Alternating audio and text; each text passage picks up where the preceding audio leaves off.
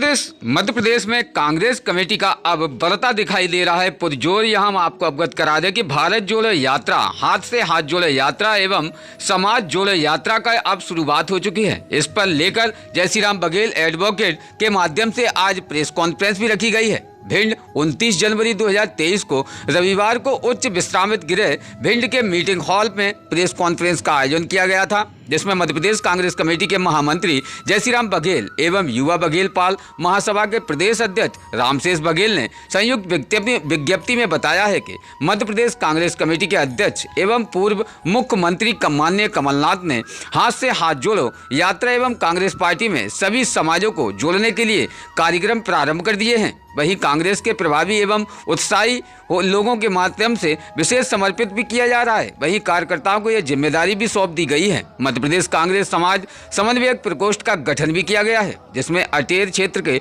लोकप्रिय विधायक माननीय श्री हेमंत कटारे की अनुशंसा से बघेल यानी कि बघेल पाल समाज के प्रिय एवं जयसीराम बघेल को प्रदेश संरक्षक एवं रामशेष बघेल को प्रदेश समन्वयक नियुक्त किया गया है।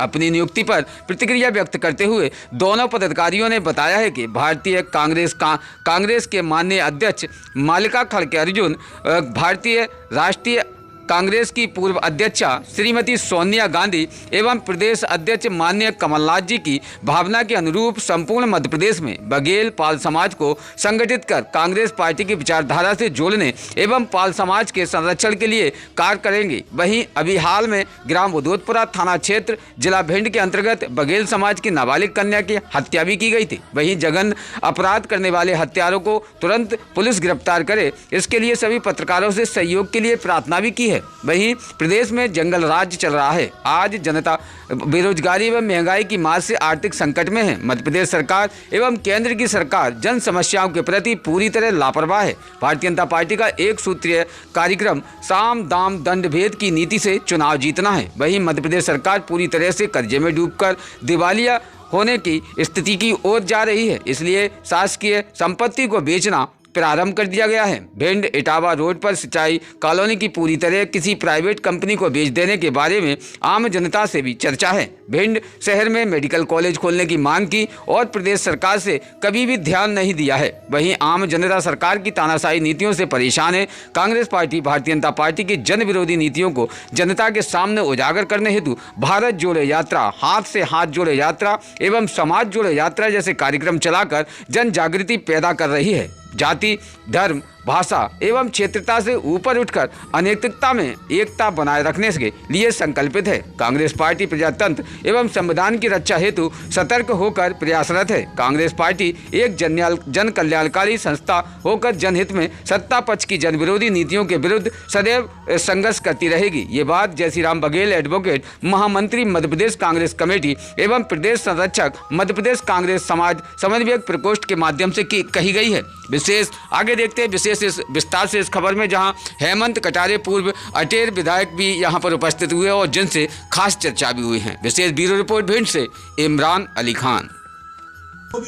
सबके प्रत्येक वर्ग में जो हमारा क्रोध है, समाज कांग्रेस समाज समन्वयक प्रकोष्ठ के अंतर्गत ये बघेल समाज की जिम्मेदारी समूचे प्रदेश में हमें सौंपी गई है और उसमें हमें संरक्षक नियुक्त किया है और हमारे छोटे भतीजे को इनको समन्वयक बनाया गया है। ये कमलनाथ का खुद का विचार, मुझे ध्यान भी नहीं था क्योंकि हम महामंत्री बन चुके थे थोड़े दिन पहले, तो हमारी बात हुई, कमलनाथ जी बोले कि अपना बाप बेटा भेजो। हम सर आपको ध्यान नहीं है, आपके निश्चित रूप से हमें जिम्मेदारी क्या मिली है, एक जिम्मेदारी है समाज का संरक्षण।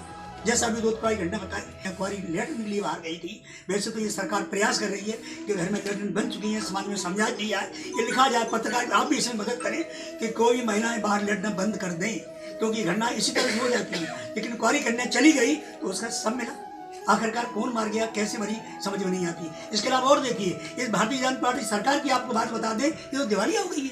अरे तुम्हारा सिंचाई विभाग की जो जमीन थी, जो हमारी सबकी थी, जो सरकार की थी, इसमें कर्मचारी निवास करते थे, इंजीनियर निवास करते थे, सिंचाई विभाग का काम होता था और भिंड की जेल इनको बेच डाला।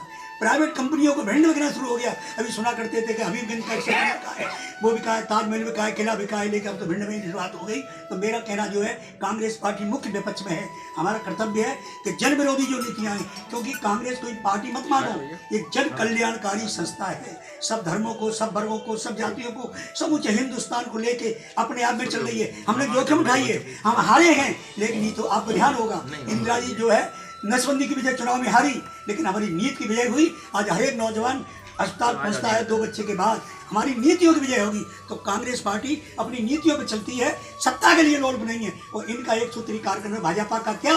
साम दाम दंड भेद सत्ता मिले। चाहे नगर पालिका हो, नगर निगम हो, जिला पंचायत हो, विधायक हो, लोकसभा, सब में नोट बांटेंगे, भेंट करेंगे, झगड़ा करेंगे, बहकाएंगे, हिंदू मुस्लिम का नारा देंगे। उनका लक्ष्य शासन चलाना नहीं, भाजपा कैसे जीते। और हमारा लक्ष्य देश कैसे सुधरे, देश में सद्भाव कैसे हो, देश का विकास कैसे हो, देश में तरक्की कैसे हो, देश में अस्पताल कैसे बने, विद्यार्थी कैसे।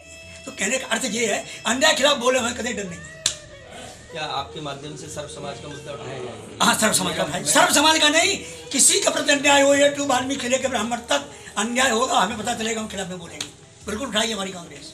हमने बताया ना पहले, कांग्रेस पार्टी सबकी है, एक ही थोड़ी है, चाहे हिंदू हो, मुसलमान हो, सिख, ईसाई। बात हुई है अभी, तो सबको नए साल की 1 महीना 29 दिन बाद भी शुभकामनाएं, जो ताजी शुभकामनाएं ले लो भैया। अभी तो सबसे इतनी लेट क्यों, ये मुद्दा है नहीं, वो विषय पे हम सब लोग एकत्रित हुए, टीम बनाई है मध्य प्रदेश में, और बहुत ही सीमित टीम बनाई उनने।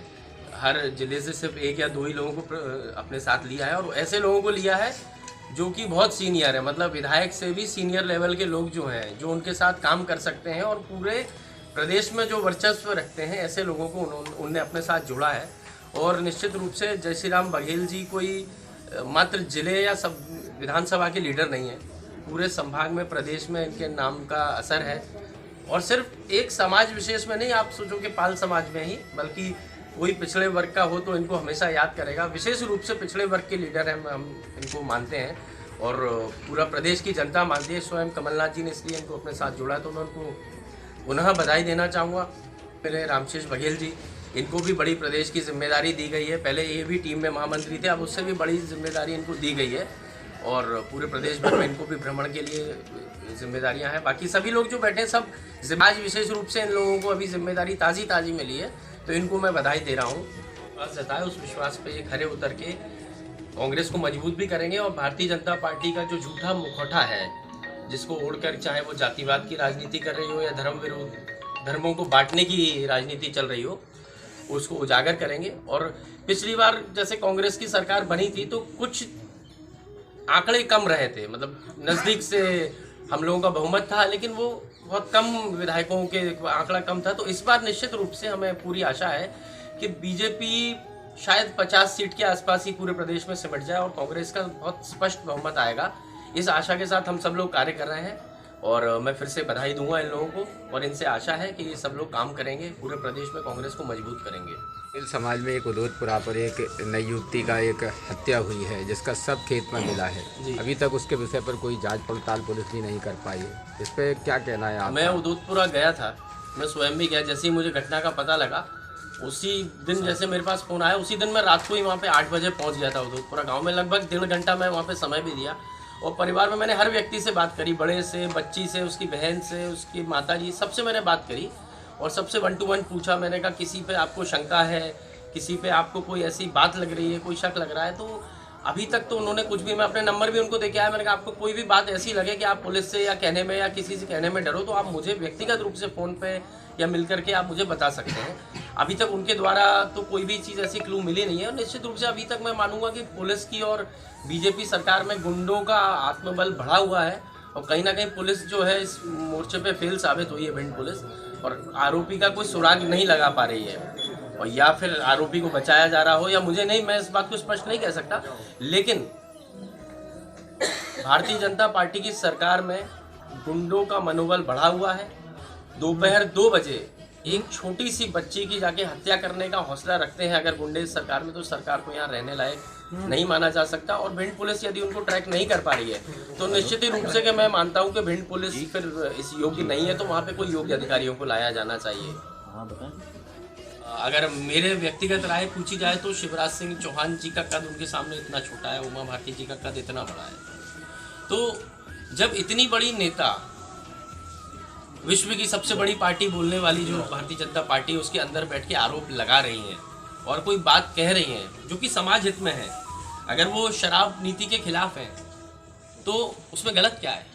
ये तो हम भी जब जाते हैं गांव-गांव में इस बात का विरोध करते हैं कि आजकल हमने देखा किसी गांव में चले जाओ, शाम को 6 बजे छोटे छोटे बालक जो हैं आपको मिल जाएंगे 20 साल के नशा करते हुए, हमको भी पीड़ा होती है। तो मैं तो उनके बात के साथ पूरा समर्थन करता हूँ और सामाजिक दृष्टि से भी समर्थन करता हूँ, उनका जो मुद्दा है उसका भी समर्थन करता हूँ। इस बात को भी कहता हूँ कि उमा भारती जी जैसे लीडरों की हमें भारत में ज़रूरत है, जो कि जहाँ है वहाँ से सच को उठाने की ताकत रखती हैं। इस बात को मैं कहूँगा और उमा भारती जी जो बात कह रही हैं उसके साथ मैं भी सहमत हूँ, मुझे लगता है, और मेरे साथ जितने लोग हैं पार्टी हम लोग सहमत हैं, तो उसको होना चाहिए। अब शिवराज सिंह जी चौहान का क्या ऐसा विशेष लगाव है दारू से या उस शराब नीति से या शराब माफिया से? क्योंकि भिंड में शराब माफिया आपने देखा है, नकली शराब कैसे बिकती है और वो मंत्रियों के गांव से बिकती है, जो यहाँ के स्थानीय मंत्री हैं, और पूरा पैसा भी जो जाता है वो घूम फिर के मंत्रियों के पास जाता है। तो कहीं ना कहीं भारतीय जनता पार्टी के मंत्री और मुख्यमंत्री का कोई विशेष प्रेम शराब माफिया से दिखता है, उसमें भी वो असली नहीं नकली बेचना चाहते हैं।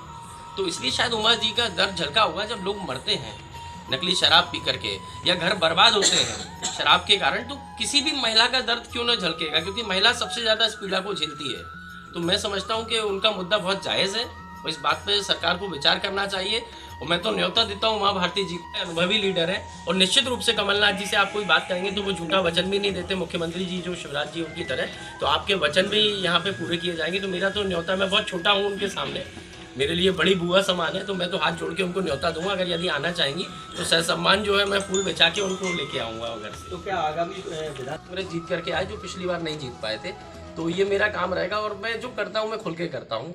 तो मैं समर्पित कार्यकर्ता हूँ कांग्रेस का और मेरे पिताजी रहे कांग्रेस के समर्पित कार्यकर्ता, तो मैं तो पूरी ताकत से करूँगा और न सिर्फ अपनी सीट पे, मेरा ये कहना है कि मैं और भी सीटों को मजबूत करने का काम करूँगा और वहाँ पे भी कोशिश करूँगा कि कांग्रेस की सीट आए। हर चर्चा पे पूरी तरह से विराम? नहीं, चर्चा है कहाँ, मेरे को तो यही नहीं मालूम, तो विराम तो तब लगाएंगे जब चर्चा है। चर्चा ये है कि मतलब बिल्कुल कि हेमंत कटारे भाजपा में जाने की सोच रहे हैं, सीधा सीधा सवाल माध्यम से आई है। लेकिन मुझे लगता है कि नेता प्रतिपक्ष जी शायद संपत्ति के बारे में है ये नोटिस, मुझे अभी स्पष्ट रूप से नहीं मालूम है कि आय से अधिक संपत्ति के बारे में, तो मुझे निश्चित रूप से विश्वास है कि उनके पास आय से अधिक संपत्ति नहीं होनी चाहिए और इस बात का वो स्पष्टीकरण स्वयं ईडी को जाकर के देंगे तो उचित होगा। मैं कैसे स्पष्टीकरण दूंगा भी आपने चाल हो इसमें, या हो सकता है सामान्य कोई जांच हो, ये तो मैं नहीं कह सकता क्योंकि मेरे संज्ञान में 2 दिन पहले ही मुझे ये बात पता चली है।